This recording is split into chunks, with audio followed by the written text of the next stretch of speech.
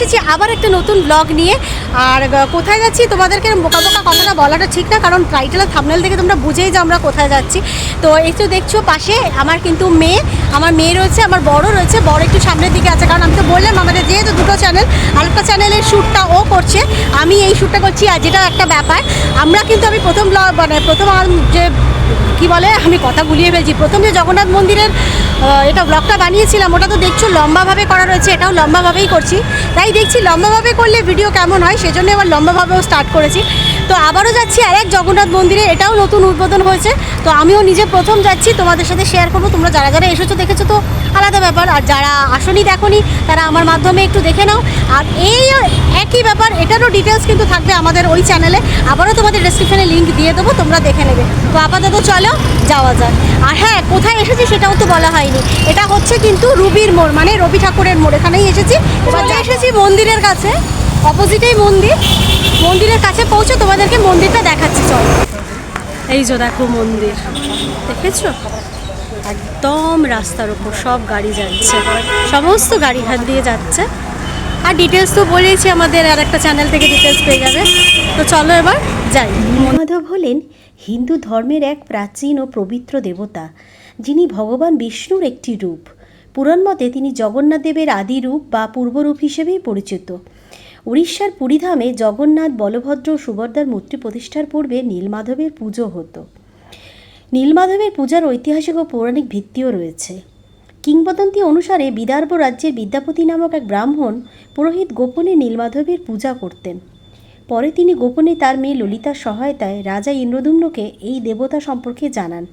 রাজা ইন্দ্রদ্যুম্ন নীলমাধবকে দর্শন করার জন্য যান, কিন্তু তখন দেবতা অন্তর্ধান করেন।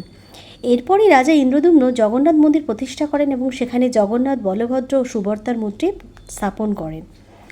নীলমাধব দেবতার পূজা বিশেষত ওড়িশা রাজ্যের উপজাতীয় অঞ্চলেই প্রচলিত ছিল। তিনি সাধারণত কাঠের মূর্তিতেই পূজিত হতেন।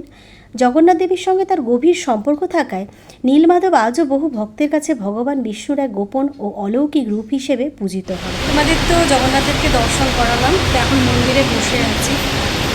অসাধারণ, মানে প্রভুকে তো লাগছে কি বলবো। এখানে তো উনি একা, ভাই বোন নেই, কারণ এখানে উনি নীলমাধব হিসেবে পূজিত হন, সেজন্য ভাই বোন সাথে নেই, জগন্নাথের একাই রয়েছেন। তো যাই হোক, কিছুক্ষণ মন ভরে এখানে বসেন, তারপর আবার তোমাদের সাথে কথা বলবো।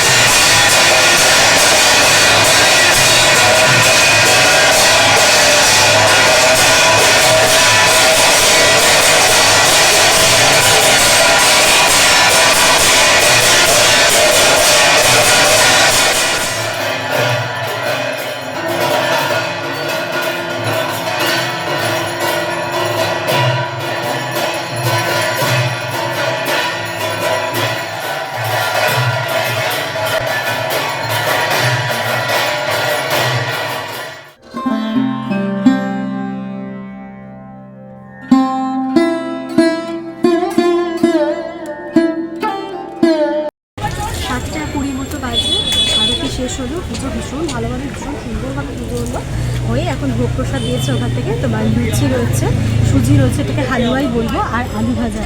মন্দিরের ছোটো ছোটো ক্লিপ তো তোমাদেরকে তুলে তুলে দেখালাম। আর বারবারই বলছি, পুরো ডিটেলস জানতে গেলে আমাদের আরেকটা চ্যানেলে তোমাদেরকে যেতে হবে, জানতে হবে।